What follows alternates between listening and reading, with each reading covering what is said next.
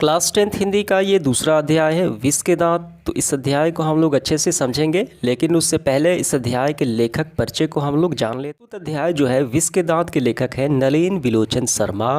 इनका जन्म 18 फरवरी 1916 की में पटना के बंदरघाट में हुआ था। ये जन्म से भोजपुरी बोलने वाले थे और इनकी स्कूली शिक्षा जो हुई वो पटना के कॉलिएट कॉलेज में हुई और पटना विश्वविद्यालय में उन्हें संस्कृत और हिंदी में एमए किया। हरप्रसाद दास जैन कॉलेज आरा और रांची विश्वविद्यालय और अंत में पटना विश्वविद्यालय में क्या रहे, प्रधानाचार्य रहे। तो ये सारी महत्वपूर्ण बातें हैं इनके बारे में जीवनी, ठीक है, बस यही आपको याद रखना है। और इसके बाद प्रस्तुत कहानी में हमें क्या पढ़ना है। इस कहानी में मध्यम वर्ग के अनेक अंतर्विरोध को उजागर करती है समाज में, ठीक है। ये कहानी जो है सामाजिक भेदभाव, जो समाज में भेदभाव होते हैं, लिंग भेदभाव यानी लड़का और लड़की में जो लिंग भेदभाव होते हैं, आक्रामक स्वार्थ की छाया में पलते हुए प्यार दुलार के कुपरिणामों को उभारती है। यानी आक्रामक स्वार्थ की छाया में पलते हुए कोई जो लड़का है इस कहानी में खोखा नाम का, उसको इतना प्यार दुलार कर दिया जाता है तो उसके प्यार दुलार से क्या क्या कुपरिणाम होते हैं, कितनी वो बदमाशियाँ करता है, इसके आगे चल के क्या दुष्परिणाम भोगने पड़ते हैं ये प्यार दुलार के, ठीक है। ये सारी बातें बताई गई है और सामाजिक समानता एवं मानवाधिकारों के महत्वपूर्ण वानगी पेश करती है। एक झांकी की तरह वो पेश करती है समाज में, ठीक है, वो इस कहानी में दिखाया गया है। तो चलिए हम लोग प्रारंभ करते हैं। इसके दांत सेन साहब की नई मोटर कार बंगले के सामने बरसाती में खड़ी है। काली चमकती हुई स्ट्रीमल एड जैसे कोयल घोंसले में कि कब उड़ जाए। सेन साहब को इस कार पर नाज है। बिल्कुल नई मॉडल 7,500 में आई है। काला रंग चमक ऐसी कि अपना मुंह देख लो। कहीं पर भी एक धब्बा दिख जाए तो क्लीनर और स्वेफ की सामत ही समझो। मेम साहब की सख्त ताकीद है कि खोखा खोखी गाड़ी के पास भटकने ना पाए। यहाँ पे प्रस्तुत कहानी में जो मुख्य पात्र है सेन साहब और उनकी पत्नी। तो जो पात्र है सेन साहब ने, उन्होंने एक मोटर कार यानी एक कार खरीदा है जो बंगले के सामने बरसाती में यानी कार रखने की जो जगह होती है उसमें वो खड़ी है। बिल्कुल काले रंग की है। कौन सी है? स्ट्रीमल एड है उस गाड़ी का नाम। जैसे कोयल घोंसले से कब उड़ जाए, यानी वो रखी हुई है कहाँ पे? बरसाती में। जैसे वो इस तरह काली है जैसे कोयल घोंसले में कि कब उड़ जाए। सेन साहब को इस गाड़ी पर, इस कार पर नाज है। वो खरीदने पर काफ़ी नाज करते हैं। बिल्कुल नई मॉडल है, 7,500 में आई है। पहले के समय में 7,500 रुपया ज़्यादा था। काली रंग है, चमक ऐसी कि अपना मुंह देख लो। यानी इतनी चमचमाती हुई गाड़ी है कि अपना मुंह भी देख सकते हैं, लेकिन रंग उसका काला है, ठीक है, काफ़ी नई मॉडल है। कहीं पर एक धब्बा दिख जाए उस गाड़ी पर तो क्लीनर यानी साफ़ करने वाला और स्वेफ मतलब होता है जो गाड़ी को चलाता है ड्राइवर की सामत ही समझो, यानी उसकी बदकिस्मती ही समझो, दुर्भाग्य ही समझो, यानी वो उस पर गुस्सा करेंगे। मेम साहब की सख्त ताकीद है यानी कड़ी चेतावनी है। मेम साहब मतलब सेन साहब की पत्नी की यह कड़ी चेतावनी है कि उन्होंने कहा है कि खोखा खोखी गाड़ी के पास भटकने ना पाए। खोखा खोखी बंगाली में ये लैंग्वेज है, ये शब्द है जिसका मतलब होता है बच्चा बच्ची, छोटे जो बच्चे छोटे छोटे जो बच्चे बच्चियाँ होती हैं उन गाड़ी के पास भटकने ना पाए। क्यों? कि वो स्क्रैच ना कर दे, ख़राब ना कर दे, गंदा ना कर दे। समझ गए आप यहाँ तक? इसके बाद हम लोग आगे देखते हैं। कहानी में जो है 5 लड़कियाँ हैं। लड़कियाँ तो पांचों सुशील है। कौन किसकी लड़की? सेन साहब की लड़कियाँ। सेन साहब की 5 लड़की है, काफ़ी बड़ी है। तो सेन साहब की 5 लड़कियाँ हैं, बड़ी सुशील है। 5-5 ठहरी सो भी लड़कियाँ। मैंने कहा कि इस कहानी में लिंग भेदभाव हो रहा है, तो 5-5 लड़कियां हैं, वो भी लड़कियां ठहरी। तहजीब और तमीज़ की जीती जागती मूरत है ये। तहजीब मतलब होता है सभ्यता, तमीज़ मतलब होता है बुद्धि, यानी वो जीती जागती मूरत है। ऐसी उसको संस्कार बुद्धि उनको प्रदान की गई है, ठीक है। कौन सी उनको संस्कार तमीज़ उनको विवेक बुद्धि प्रदान की गई है सेन साहब के द्वारा? आइए देखते हैं। मिस्टर और मिसेस सेन ने उन्हें क्या करना चाहिए या सिखाया हो या नहीं, लेकिन क्या क्या नहीं करना चाहिए इसकी उसे ऐसी तालीम दी है कि बस। यानी दोनों ने, मिस्टर सेन और मिसेस सेन यानी उनके माता पिता जो है, उन लड़कियों को क्या क्या करना चाहिए ये नहीं बताया है, लेकिन क्या क्या नहीं करना चाहिए, पाबंदियाँ, वो उन्होंने ऐसी तालीम दी है, ऐसी शिक्षा दी है, बस पूछिए मत। देखिए क्या है, लड़कियाँ क्या है? कठपुतलियाँ हैं। यानी वो लड़कियों को क्या मानते हैं? कठपुतलियाँ मानते हैं, अपनी जैसे वो कहते हैं वैसे ही करती हैं, ठीक है। और अपने माता पिता को इस बात पे गर्व है। यानी वो अपने लड़कियों को कठपुतलियों की तरह ट्रीट करते हैं, ठीक है। उनके इशारों पर नाचती है। वे कभी भी किसी चीज़ को तोड़ती फूलती नहीं, वो दौड़ती है और खेलती भी है, लेकिन सिर्फ शाम के वक्त। और चूँकि उन्हें सिखाया गया है कि ये बातें उनकी सेहत के लिए ज़रूरी है, यानी उनकी पाबंदियाँ इतनी लगा दी गई है कि दौड़े खेले उसका भी समय फ़िक्स किया गया है, वो भी शाम के वक्त। और ऐसे सिखाया गया है कि ये सेहत के लिए उनके लिए अच्छा है, ठीक है। इतनी कड़ी पाबंदियाँ है। और ऐसी मुस्कुराहट अपने होठों पे ला सकती है, मुस्कुराने पर भी पाबंदी लगा दी गई है कि सोसाइटी की तारिकाएँ उससे कुछ सीखना चाहें, यानी सोसाइटी उनके उम्र के जो छोटे छोटे लड़के लड़कियाँ सीखना चाहें तो सीख सकती हैं कि कैसे हंसना चाहिए। ज़्यादा खिलखिलाकर भी नहीं हंसना है, पर उन्हें खिलखिलाकर किलकारी मारते हुए किसी ने नहीं सुना। इतनी कड़ी पाबंदियाँ हैं उन लड़कियों पर। सेन साहब की मुलाकाती, यानी जो पड़ोसी होते थे, मुलाकाती आने जाने वाले लोग होते थे, रस के साथ यानी ईर्ष्या के साथ अपने शरारती बच्चों को खींचकर कहते थे, गुस्से में कहते थे, एक तुम लोग हो। यानी जब वो बदमाशियाँ करते थे, किसी सामान की तोड़ फोड़ किया करते थे, तो उनके जो रिश्तेदार होते थे, पड़ोसी होते थे, गुस्से में उस अपने बच्चों को कहते थे, एक तुम लोग हो और एक मिसेस सेन की लड़कियाँ हैं। अब ये फूलों का गमला तोड़ने के लिए बना है, यानी तुम लोगों के मारे घर में कुछ भी नहीं रह सकता। यानी जो बेहतरीन तालीम, शिक्षा, सीधे साधे का जो एग्ज़ाम्पल दिया जाता था, तो उन्हें लड़कियों को दिया जाता था, ठीक है। उनके पड़ोसी लोग कहते थे अपने शरारती बच्चों को, यानी उनकी लड़कियों की तरफ बनो, काफ़ी सीधी हैं। इसके बाद देखिए आगे। सो जहाँ सेन साहब की लड़कियों का सवाल है, उनके मॉडल की चमक धमक की कोई खतरा नहीं है, क्योंकि वो उनकी कठपुतलियाँ बनी हुई हैं, उनसे कोई खतरा नहीं है। लेकिन खोखा भी तो है, यानी सेन साहब का एक छोटा सा बच्चा है, लड़का है, जिसका नाम है खोखा। खोखा जो है एक ही है, खोखा जो एक ही है, सबसे छोटा है। खोखा नाउम्मीद बुढ़ापे की आंखों का तारा है, यानी नाउम्मीद बुढ़ापे का बस उन्हीं का एक लड़का है। 5 लड़कियाँ हैं और एक लड़का है खोखा। यही नहीं, मिसेस सेन अपना बुढ़ापे का कोई ताल्लुक़ किसी हालत में मानने को तैयार हो, और सेन साहब के सचमुच बूढ़े नहीं लगते। यानी सेन साहब बूढ़े तो हो चुके थे, लेकिन अपनी स्थिति की, अपनी हालत को मानने को, एक्सेप्ट करने को बुढ़ापा तैयार नहीं थे। लेकिन सेन साहब बिल्कुल क्या है, बूढ़े नहीं लगते थे। बूढ़े तो बुढ़ापे की अवस्था में थे, लेकिन वो नहीं लगते थे। लेकिन मानने लगे तो बात छोड़िए। तो उनके जो बुढ़ापे की आंखों का तारा कौन सा है, वो खोखा है। यहाँ पे देखिए क्या है, हकीकत तो यह है कि खोखा का आविर्भाव तब जाकर हुआ जब उनकी कोई उम्मीद दोनों को बाकी न रह गई थी।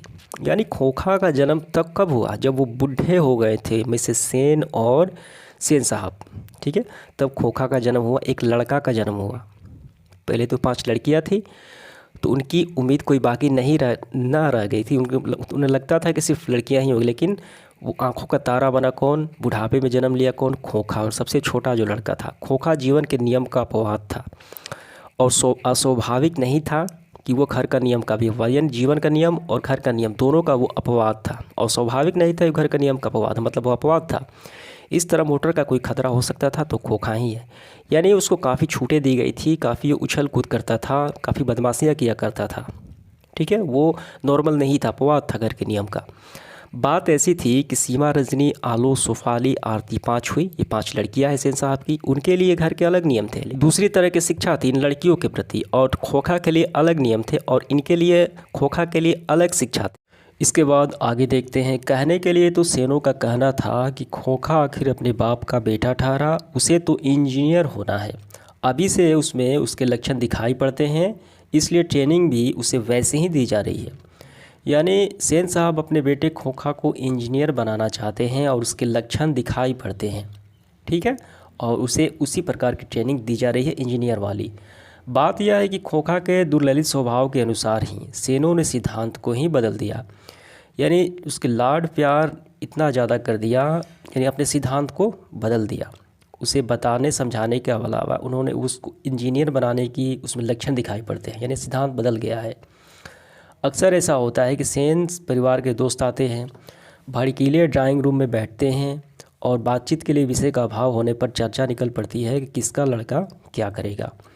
तब सेन साहब बड़ी मौलिकता और दूरदेशी के साथ फरमाते हैं कि वे तो अपने लड़के को इस ढंग से ट्रेंड करेंगे, ठीक है, क्या करेंगे, कर रहे हैं। तो अक्सर ऐसा होता है कि सेन साहब के परिवार में जब दोस्त उनके आते हैं, ड्राइंग रूम में बैठते हैं, गेस्ट रूम में, तो चर्चा होने लगती है किसका लड़का क्या क्या बनेगा। तो सेन साहब बड़ी मौलिकता यानी सच्चे और बड़ी सोच समझकर ये फरमाते हैं कि उनका लड़का जो है वो इंजीनियर बनाना चाहते हैं और उसके लिए क्या कर रहे हैं, वो ट्रेंड कर रहे हैं अभी। ठीक है, आजकल की पढ़ाई लिखाई तो फिजूल है, ये कौन है सेन साहब कह रहे हैं। वह तो उसकी तरह बिजनेसमैन इंजीनियर बनाना चाहते हैं, अपनी तरह बिजनेसमैन इंजीनियर बनाना चाहते हैं खोखा को। वो आजकल की पढ़ाई लिखाई को फिजूल मानते हैं। अब देखिए ना, सेन साहब कहते हैं खोखा 5 साल का हो रहा है, लोग कहते हैं कि उसे किडन गार्डन स्कूल में भेज दो, यानी बच्चों वाले जो स्कूल होते हैं किड्स स्कूल, उसमें भेज दो। लेकिन मैंने अभी ये इंतज़ाम किया है कि कारखाने के बढ़ई मिस्त्री 1-2 घंटे के लिए आकर उसके साथ कुछ ठोक पीट लिया करे। क्यों? क्योंकि उसमें खोखा में उसे इंजीनियर बनने की संभावनाएं नज़र आ रही हैं और ऐसा वो करते भी हैं, उसे इंजीनियर बनाने की ट्रेनिंग भी दे रहे हैं।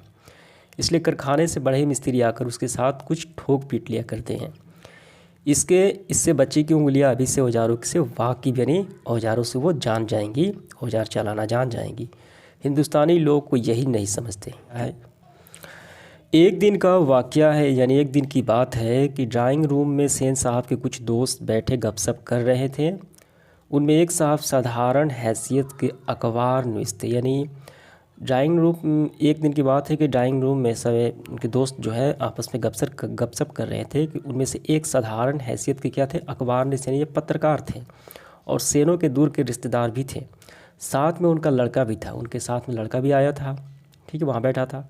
जो था तो खोखा से छोटा पर बड़ा समझदार और होनहार मालूम पड़ता था।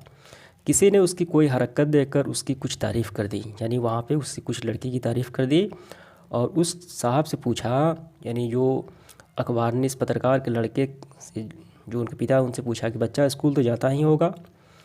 तो इससे पहले कि पत्रकार महोदय कुछ जवाब देते हैं तो सेन साहब ने शुरू कर दिया। सेन साहब बीच में बोल पड़े, मैं तो खोखा को इंजीनियर बनाने जा रहा हूँ। और वही बातें दोहराते थे, थकते नहीं थे बार बार। ठीक है, खोखा की इंजीनियर बनाने की बात कर रहे थे। पत्रकार महोदय चुप मुस्कुराते रहे। जब उनसे फिर पूछा गया कि अपने बच्चे के विषय में क्या ख्याल है, तब उन्होंने कहा कि मैं चाहता हूँ कि वह जेंटलमैन ज़रूर बने और जो कुछ बने उसका काम है, उसे पूरी आज़ादी रहेगी।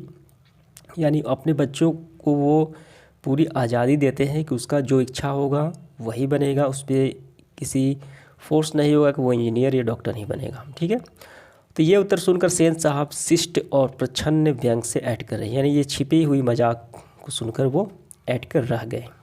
ठीक है, तभी बाहर शोरगुल सुनकर सेन साहब उठने लगे। बाहर की आवाज़ को सुनकर तो उनके मित्र ने ये भी जाने की इच्छा प्रकट की और उन्हीं के साथ बाहर आए।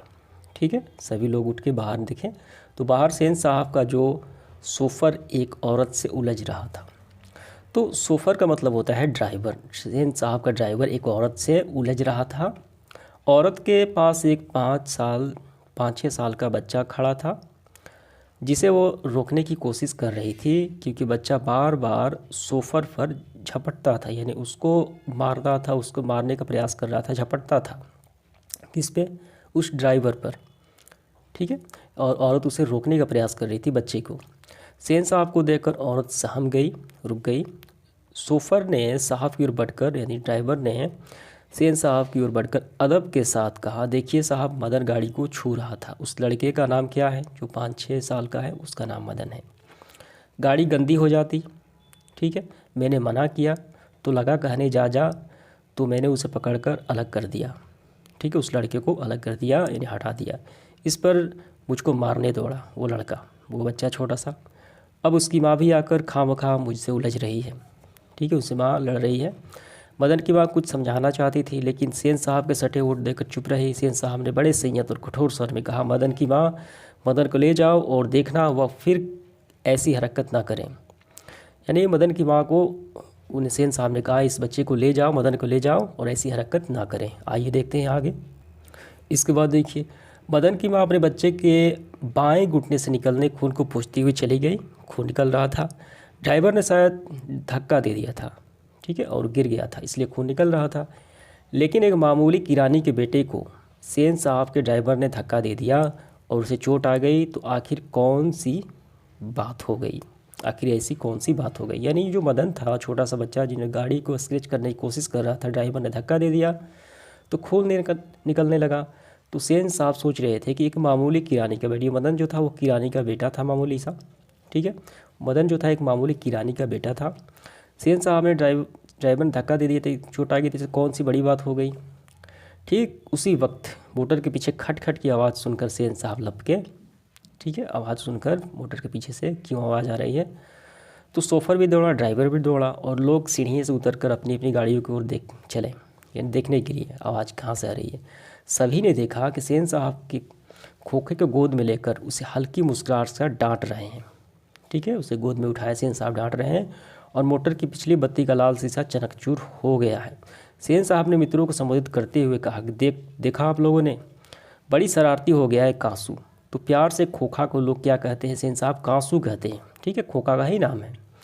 मोटर के पीछे हरदम पड़ा रहता है। उसके कल पुर्जों को इतनी अभी से इतनी दिलचस्पी है कि क्या बताऊँ। शायद देखना चाह रहा है कि आखिर इस पत्ती के अंदर क्या है, ठीक है। यानी जो सेन साहब है उसे डांटने और डपटने के बजाय वो उसे इंजीनियर की संभावनाएं देख रहे हैं, जो पत्ती तोड़ देने के बाद भी, ठीक है। ऐसी मनोवृत्ति है सेन साहब की खोखा के प्रति, ठीक है। वो कांसू है, समझ में आ गया। उसे इंजीनियर बनने की जो संभावनाएं देख रही थी, तभी वो बत्ती को तोड़ फोड़ दिया है कि उसमें देखना चाहता है कि उस बत्ती के अंदर क्या है। सेन साहब खोखा का ज़मीन पर रख कर अपने दोस्तों के साथ उनकी कार की ओर चल पड़े, ठीक है। चले, उन्होंने अपने मित्र की भाव भंगिमा देखी नहीं, देखते भी तो कुछ समझ पाते, इनमें सखी था। यानी उनके चेहरे की भाव भंगिमा नहीं देखते हुए सिर्फ खोखा की इंजीनियर बनने की संभावनाएं को ही बार बार दोहराते रहे। मिस्टर सिंह अपनी कार के पास पहुँचे, यानी उनके जो दोस्त थे। सेन साहब को नमस्कार कर दरवाज़ा खोलने के लिए बढ़े, फिर रुक गए। उसकी निगाहें अचानक अगले चक्के पर पड़ी। उन्होंने नज़दीक जाकर देखा, परेशानी की हालत में खड़े हो गए। टायर बिल्कुल बैठा था, शायद पंचर हो गया है। सेन साहब आगे बढ़े और कुछ छिटकते हुए बोले, कहीं ऐसा तो नहीं कांसू ने हवा निकाल दी। ड्राइवर ज़रा दूसरे चक्के भी देख लो, ठीक है, देख लो कर हवा भर दो, और हाँ कुर्सियाँ लान में लगवा दो, तब तक हम यहाँ बैठते। यानी खोखा ने, कांसू ने ड्राइवर जो उनकी गाड़ी थी उनकी हवा भी निकाल दी थी, बत्ती तोड़ी और हवा भी निकाल दी। ड्राइवर ने एक कार का चक्का निकालकर सूचना दी कि दूसरी कार के पिछले चक्का में हवा निकली हुई है। यानी दोनों, पहले और दूसरे दो चक्कों की हवा निकाल दी थी कांसू ने। काम तो कांसू बाबू का ही मालूम पड़ता है। इधर खेल रहे थे, ठीक है, सोफर ने बताया और पंप लाने चला गया। तो सारा काम किसने किया, तो कांसू ने किया, यानी खोखा ने किया। मुकल्जी साहब यानी सेन साहब के जो दो मित्र थे, गाड़ी सकुशल थी, यानी उससे कुछ नहीं किया था, यानी उनके दोस्त थे। वो अपने पत्रकार महोदय के परिवार के साथ चलते बने, यानी वो चले गए। सेन साहब और मिस्टर सिंह लान में कुर्सियों पर लेकर बातें कर रहे थे कि बातों के सिलसिले में ही सेन साहब ने बताया कि कांसू इधर चक्कों से हवा निकालने की हिम्मत जान ली थी और मौका मिलते ही शरारत पर गुजरता था। उसका यह ख्याल था कि उनकी इस हरकत को देखकर ये साफ मालूम होता है कि इंजीनियर की उसमें दिलचस्पी है। यानी इतना जो काम कर रहा है खोखा, बदमाशी कर, डांटने टपटने के बजाय वो सारे उस इंजीनियर की संभावनाएं और दिलचस्पी देखते हैं, ठीक। कौन, सेन साहब। इसी तरह की दूसरी बेमतलब की बातें होती रही, जब तक कि चक्कों से पंप हवा नहीं भर दिया गया तो मिस्टर सिंह रुखसत नहीं हो गए, यानी वहीं पे रुके रहे हवा भरने तक। हवा भर गया तो वो चले गए, कौन, मिस्टर सिंह। इसके बाद देखिए, सेन साहब अंदर लौटे तो व्यारा को मदन के पिता गिरधारी लाल, व्यारा मतलब क्या है, सेवक को, सेवक जो होता है खाना पीना खिलाने वाला, मदन के पिता, ठीक है, जो गिरधारी लाल को, जो उसकी फैक्ट्री का किरानी था और आते हुए कोने में आउट हाउस में रहता था, बुला लाने को हुक्म दिया, ठीक है। किसे, व्यारा को दिया, यानी गिरधारी लाल को बुलाने का हुक्म दिया, जो उनकी फैक्ट्री का क्या था, किरानी था। गिरधारी लाल आया और सेन साहब के सामने सिर झुकाकर खड़ा हो गया, जैसे खून की जुर्म में कैदी की जज के सामने खड़ा हो। सेन साहब ने ठंडी बेलोस आवाज़ में कहना शुरू किया, देखो गिरधर, मदन आजकल बहुत शौक हो गया है, ठीक है। यानी जो मदन था वो छोटा बच्चा था 3-4 साल का, जो गाड़ी को तो स्क्रैच करने की कोशिश कर रहा था, वो क्या है, वो बहुत बदमाश हो गया है। मैं तुम्हारी और मैं तुम्हारी और उसकी भलाई चाहता हूँ। गाड़ी को गंदा किया वो अलग। मना करने पर ड्राइवर को मारने दौड़ा और मेरे सामने भी डरने के बदले उसकी ओर झपटता रहा। ऐसे ही लड़के आगे चलकर गुंडे, चोर और डाकू बनते हैं। गिरधर लाल जो थे कभी कभी जी कह देता, ठीक है, गिरधर लाल कभी कभी जी कह देता था, तो वो जी कह दिया। सेन साहब का भाषण जारी रहा। उसकी हालत क्या होती है तुम जानते ही हो, ठीक है। उसे संभालने की कोशिश करो, फिर ऐसी बात हुई तो अच्छा नहीं होगा, तुम जा सकते हो। यानी उसको डांटने के लिए उसकी लड़के यानी मदन की शिकायत उसके पिता से करने के लिए उसको बुलाए थे किरानी को, गिरधर लाल को, ठीक है। इसके बाद देखिए आगे। उस रात गिरधर लाल के क्वार्टर से आते हुए मदन के चित्कार सेनों के आरामदेह शयनागार में गूंजे। यानी जब सो रहे थे वहाँ सोने का कमरा था, उसमें वो मदन का आवाज़ गूंजा। आराम में खलल पड़ने पर झुंझलाकर पिता सेन ने धर्मपत्नी से बड़ी समझदारी से बात कही। यानी जो सेन साहब हैं अपनी पत्नी से समझदारी से बात कही। गिरधर बहुत खूब समझदार आदमी है कि मदन का पिता है गिरधर, ठीक है। उसकी बीवी ने ही लड़के को बिगाड़ दिया है। मदन की यही दवा है। यानी वो समझ रहा है कि उसको पीट रहे हैं। मेरी तो तबीयत हुई कि कमबख्त की खाल उधेड़ दूँ। गिरधर ने ऐसे ही कड़ाई जारी रखी तो शायद ठीक हो जाए, ठीक है। Spare the rod and spire the child. इसके बाद आगे देखिए। माता सेन की नींद क्या हुई, उचट गई थी। उन्हें मदन की कतर चिल्लाहट से ज़्यादा अपने पति की बकबक पर खींच आ रही थी, गुस्सा आ रहा था, जो सेन साहब की पत्नी थी। लेकिन उन्होंने भी खींच मदन पर ही उतारी। कमबख्त कौन कौवे की तरह चिल्ला रहा है, भिखमंगा कहीं का, खोखा की बराबरी करता फिरता है, ठीक है। इसके बाद आगे देखिए। मदन का आर्त रुदन रुक गया था, खैरियत थी। उसकी सिसकियाँ सेनों के शयनागार तक नहीं पहुंच सकी। यानी वो जो रोने की सिसकियाँ थी सेनों के कमरे तक नहीं पहुंच पा रही थी, ठीक है। वो रोना धीरे धीरे कम कर दिया था। लेकिन दूसरे दिन तो बिल्कुल बेढब मामला हो गया, उल्टा मामला हो गया। शाम के वक्त खेलता कूदता खोखा बंगले के आते की बगल वाली गली में जा निकला। वो बंगले से बगल वाली गली में वो जा निकला खेलता हुआ। वहाँ धूल में मदन पड़ोसियों के आवारागर्द छोकरों के साथ लट्टू नचा रहा था। कौन मदन है? वही जो 5-6 साल का लड़का था, जो नौकर से लड़ गया था, वो गाड़ी को स्क्रैच करने वाला था, ठीक है, वही मदन। खोखा ने देखा तो उसकी तबीयत मचल गई, ठीक है। हंस कौवे की जामत में शामिल होने के लिए ललक गया। यानी खोखा जो था वो क्या था, वो हंस था क्योंकि वो अमीर था, और कौवा यहाँ पे संबोधित किया गया है मदन को, वो गरीब लोग हैं। हंस कौवे की जामत में शामिल होने के लिए ललक गया, लेकिन आदत से लाचार उसने बड़े रौब के साथ मदन से कहा, हमको लट्टू दो, हमें भी खेलना है। कौन? खोखा कह रहा है मदन से। दूसरे लड़के को, यानी कौन मदन है? जो गिरधर लाल का लड़का है।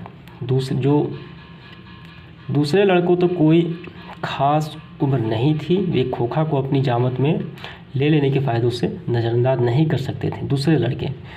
पर उसे अपमानित प्रताड़ित लीडर मदन ने यह बात कब मंजूर हो सकती थी? यानी वो अपमानित हुआ था, नौकर जो था उसे अपमानित किया था सेन साहब के, ठीक है।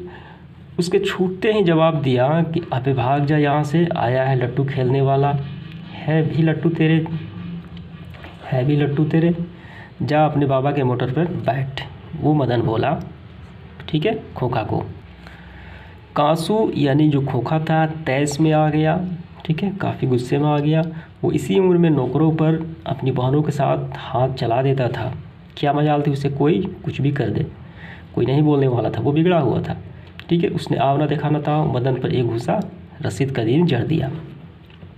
चोर गुंडा डाकू होने वाले मदन भी अब भागने वाला था। चोर गुंडा डाकू होने वाला मदन भी कब भागने वाला था? वो झट कांसू पर यानी खोखा पर टूट पड़ा। दोनों लड़ने लगे। दूसरे लड़के जरा हटकर यह द्वंद्व युद्ध का मजा लेने लगे। लेकिन यह लड़ाई हड्डी और मांस की। हड्डी कौन सा? मदन था। मांस कौन था? वो था यानी खाए पिए घर का था खोखा, ठीक है, कांसू। बंगले के बिल्ले और गली के कुत्ते की लड़ाई थी। यहाँ बंगले के बिल्ला, यहाँ पे खोखा है, गली के कुत्ता कौन सा है? मदन है, की लड़ाई हो रही थी। आते में यही लड़ाई हुई होती तो कांसू शेर हो जाता, जो खोखा था वो शेर हो जाता, यानी बंगले के नज़दीक ये लड़ाई हुई होती। वहाँ से तो 1 मिनट बाद ही वो रोता हुआ जान लेकर भाग निकला। कौन? खोखा यानी कांसू। ठीक है। महल और झोपड़ी वाली की लड़ाई में अक्सर महल वाले ही जीतते हैं। अगर अमीर और गरीब की लड़ाई हो तो अमीर वाले ही जीतते हैं, पर उसी हालत में जब दूसरे झोपड़ी वाले उसकी मदद अपने ही खिलाफ करते हैं। ठीक है। पर उसी हालत में जब दूसरे झोपड़ी वाले उसकी मदद अपने ही खिलाफ करते हैं, यानी उल्टा करते हैं। लेकिन बच्चों की इसकी अकल कहाँ, वो तो छोटे बच्चे हैं, उनको ये ज्ञान नहीं होता। उन्होंने ना अपने दुर्मनीय लीडर यानी मदन की मदद की, ना ही माता पिता के मालिक लाडले की यानी कासू की मदद की। जो अन्य लड़के थे वो सिर्फ देख रहे थे। हाँ, लड़ाई ख़त्म हो जाने के बाद तुरंत ही सहमति हुए तितर बितर हो गए। ठीक है। तो यहाँ पे लड़ाई हुई तो यहाँ पे क्या हुआ, यहाँ पे खोखा जो है वो रोता हुआ चला गया घर। मदन घर नहीं लौटा, लेकिन जाता भी कहाँ, 8-9 बजे तक इधर उधर मारा फिरता रहा। फिर भूख लगी तो गली के दरवाजे के आहिस्ता आहिस्ता घर में घुसा। उसके लिए मार खाना जो था मामूली बात थी। डरा था यही कि आज मार और दिनों से ज़्यादा होगी। तो यहाँ पे हुआ कि वो जो मदन है कांसू से यानी खोखा से लड़ने के बाद वो अपने घर पहुँचा आहिस्ता आहिस्ता। तो घर पे कौन था? उसके पिताजी थे। ठीक है। अब पढ़ेंगे। तो पिताजी थे घर पर। तो पिताजी ने जब उसको मदन को देखा तो वो मदन जो है काफ़ी डर गया। ठीक है। मदन जो था अपने पिता से काफ़ी डर गया। वो सोच रहा था कि ज़्यादा मार पड़ेगी, लेकिन पिताजी उसे गोद में उठाकर क्या करने रहे कि जो मदन के पिता हैं गिरधर लाल, तो मदन को गोद में उठा लिया। और इससे क्या हुआ कि मदन हक्का बक्का रह गया। तो उसे याद नहीं कि उसके पिता कब उसे इस तरह प्यार करते थे, क्योंकि वो हमेशा मारते पीटते थे। ठीक है। मार खाता था। अगर कभी किया था तो गिरधर उसे बेपरवाही, उल्लास और गर्व के साथ बोल पड़ा, जो किसी के लिए भी नौकरी से निकालने जाने पर भी मुमकिन हो सकता था। शाबाश बेटा, एक तेरा बाप है और तूने तो एक खोखा के 2-2 दांत तोड़ दिए। हा हा हा। यानी खोखा को उसके बेटे द्वारा पीटे जाने से वो क्या है, वो खुश थे, क्योंकि गिरधारी लाल जो था उसके सेन साहब उसको बेइज्जत कर दिए थे। ठीक है। और उस लड़का जो था मदन, खोखा को पीट दिया था। तो इससे गिरधर लाल और पसंद हुआ। तो यही कहानी है। ठीक है। इसके बाद क्वेश्चंस देखिए। इसके क्वेश्चन हम लोग ऑलरेडी कर चुके हैं। इस वीडियो के डिस्क्रिप्शन में उसका लिंक मिल जाएगा, आप वहाँ से कर सकते हैं। धन्यवाद।